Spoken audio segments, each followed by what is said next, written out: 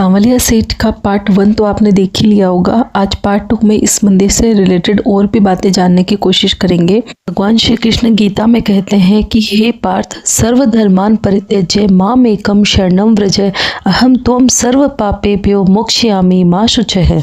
हे पार्थ, जो भी व्यक्ति सच्चे मन से मेरी शरण में आता है, मैं उसके सभी दुखों का अंत और पापों का नाश करता हूँ। साथ ही भक्त की हर मनोकामना अवश्य ही पूरी करता हूँ।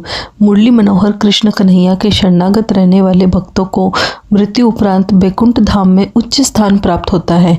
अतः साधक श्रद्धा भाव से भगवान श्री कृष्ण की पूजा उपासना करते हैं और हरे कृष्ण महामंत्र का जप करते हैं। भगवान श्री कृष्ण के कई नाम हैं, जिनमें से एक है सांवलिया सेठ। अब भगवान को सांवलिया सेठ क्यों कहा जाता है, आइए इसकी कथा और देश में स्थित सांवलिया सेठ के मंदिर के बारे में जानते हैं। भगवान श्री कृष्ण के परम मित्र सुदामा जी अत्यंत ही निर्धन थे।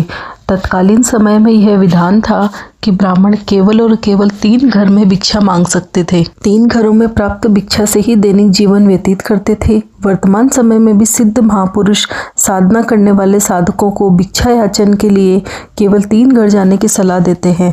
सुदामा जी शिक्षा प्राप्त या ग्रहण करने के समय भगवान श्री कृष्ण से मिले थे। उस समय दोनों के मध्य मित्रता हुई। वर्तमान समय में भी कृष्ण और सुदामा जी की मित्रता का उदाहरण दिया जाता है।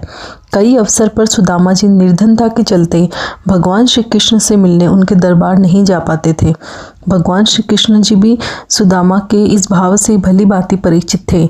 अपनी लीला से सुदामा जी की परीक्षा भी लेते रहते थे।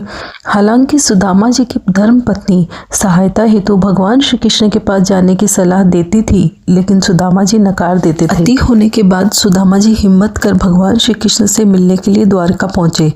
इस दौरान भगवान श्री कृष्ण ने अपनी लीला के जरिए सुदामा जी की मदद करी।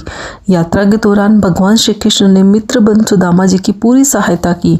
यात्रा के पहले दिन संध्या काल में सुदामा जी को अपने परिवार की चिंता सताने लगी। उस समय भगवान कृष्ण ने अपनी लीला की। तभी एक व्यक्ति दौड़ता हुआ उधर से गुजरा। वह व्यक्ति यह कहकर जा रहा था, पास के गांव के सांवलिया सेठ के घर पुत्र रत्न की प्राप्ति हुई। इसके लिए 10 दिनों तक महायज्ञ किया जा रहा है। साथ ही 10 दिनों तक आसपास के सभी नगरों में भंडारा किया जा रहा है। सुदामा जी व्यक्ति को रोककर पूछते हैं, क्या पास के गांव में भी भोजन परोसा जा रहा है? सुदामा जी के सवाल पर व्यक्ति बोलता है, हाँ, आपके गांव में भी भंडारा किया जा रहा है, आप भी चलो, मैं तो भोजन लेने ही जा रहा हूँ। यह सुन सुदामा जी की आत्मा तृप्त हो गई। उन्हें अपने भूखे बच्चे और पत्नी की चिंता चित्त से हट गई। इसके बाद सुदामा जी ग्वाले कृष्ण जी के साथ भोजन किया। भगवान ग्वाले का वेश बनकर आए थे। तत्कालीन समय से ही भगवान श्री कृष्ण को सांवलिया सेठ कहा जाता है। इसके संबंध में एक और किंवदंती भी है।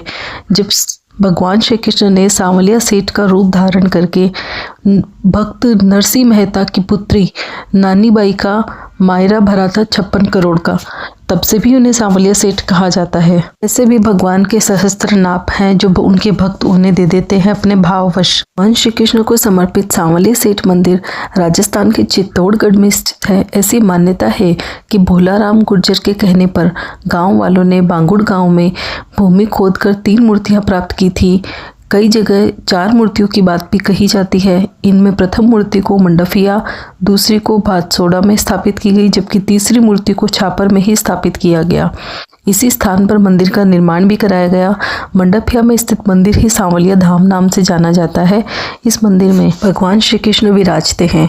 श्रद्धालु देश की राजधानी दिल्ली से रेल मार्ग या वायु मार्ग के जरिए चित्तौड़ पहुंच सकते हैं। चित्तौड़ से सांवलिया धाम सड़क मार्ग के जरिए जाया जा सकता है। भगवान श्री सांवलिया जी की इस चमत्कारी मूर्ति का ऐतिहासिक तथ्यों, जन श्रुतियों व किंवदंतियों के अनुसार मेवाड़ के अधिपति राणा संग्राम सिंह की बाबर के साथ चली लंबी जंग के पश्चात विक्रम संवत 1584 में मृत्यु हो गई। मीराबाई के सांसारिक पति भोजराज भी शादी के 8 वर्ष ही जीवित रहे। माता पिता का भी देहावसान हो चुका था। मीराबाई एकाकी रह गई। उस समय वह साधु महात्माओं की एक जमात का देश के विभिन्न भागों में भ्रमण करते हुए मेवाड़ क्षेत्र में आगमन हुआ। इन साधु महात्माओं की जमात के पास गिरधर गोपाल की सांवलिया जी की 4 मूर्तियां थी। जमात द्वारा प्रतिदिन इन मूर्तियों की संपूर्ण धार्मिक विधि विधान के साथ पूजा की जाती थी व भजन हुआ करता था। संयोग से भक्तिमती मीरा को भी जमात के साथ सत्संग का अवसर मिल गया। जमात में सांवलिया जी की 4 मूर्तियों में से एक छोटी मूर्ति ने मीरा का मन मोह लिया। वह इस मनोहारी सांवलिया जी की मूर्ति को अपलक निहारती रही, अपनी वीणा बजाती, नाचती, गाती, भजन कीर्तन करती। ये चारों मूर्तियां दयाराम नामक संत की जमात के पास थीं। समय बीता, माह और वर्ष बीते। जब बादशाह औरंगजेब को भी इन मूर्तियों के बारे में जानकारी मिली तो उनकी फौज हिंदू मंदिरों को नष्ट करती, मूर्तियों को तोड़ती, खंडित करती हुई चित्तौड़ तक आ गई।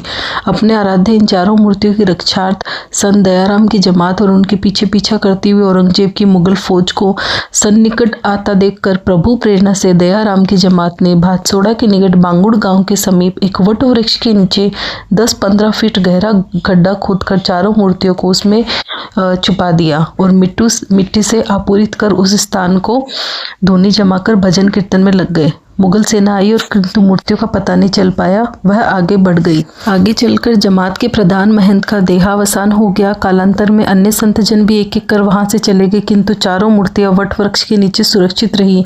जनश्रुतियों व किंवदंतियों के अनुसार मंडफिया गांव के वासी भोलाराम गुर्जर के नाम के ग्वाले को लगभग 250 वर्ष पूर्व स्वप्न आया कि के छापर में स्थित वट वृक्ष के नीचे 4 मूर्तियां जमीन में दबी हुई है। प्रभु प्रेरणा से स्वप्नानुसार उक्त भोलाराम गुर्जर ने गांव में जाकर वह मूर्ति खोज निकाली।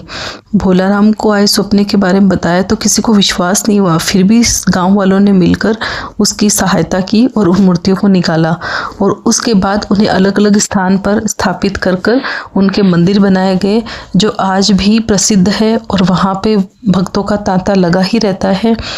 भक्त बहुत ही श्रद्धा से आते हैं और उनकी सभी मनोकामनाएं श्री सांवलिया सेठ सरकार पूरी करते हैं। आप भी इस मंदिर को कभी भी आपको अवसर मिले आप जरूर जाइएगा, क्योंकि वहाँ की जो एनर्जी है वो बहुत ज़्यादा